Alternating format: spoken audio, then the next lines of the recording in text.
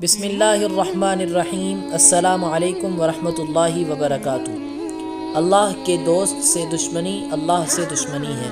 حضرت ابو ہریرہ رضی اللہ تعالی عنہ سے روایت ہے، فرماتے ہیں کہ رسول اللہ صلی اللہ علیہ وسلم نے ارشاد فرمایا کہ بے شک اللہ رب العزت نے فرمایا، جو شخص میرے دوست کو تکلیف دے میں اس کے لیے اعلان جنگ کرتا ہوں، اور میرے بندے نے میرا قرب نہیں حاصل کیا اس چیز سے جو بہت محبوب ہو، اس سے جو میں نے اس پر فرض کیا۔ ہمیشہ میرا بندہ نفلوں کے ساتھ میرا قرب تلاش کرتا رہتا ہے، یہاں تک کہ میں اس کو دوست رکھتا ہوں۔ بس جب میں اسے دوست رکھتا ہوں تو میں اس کا کان بن جاتا ہوں جس کے ساتھ وہ سنتا ہے، میں اس کی آنکھ بن جاتا ہوں جس کے ساتھ وہ دیکھتا ہے، میں اس کا ہاتھ بن جاتا ہوں کہ اس کے ساتھ وہ پکڑتا ہے، اور اس کا پاؤں بن جاتا ہوں جس سے وہ چلتا ہے۔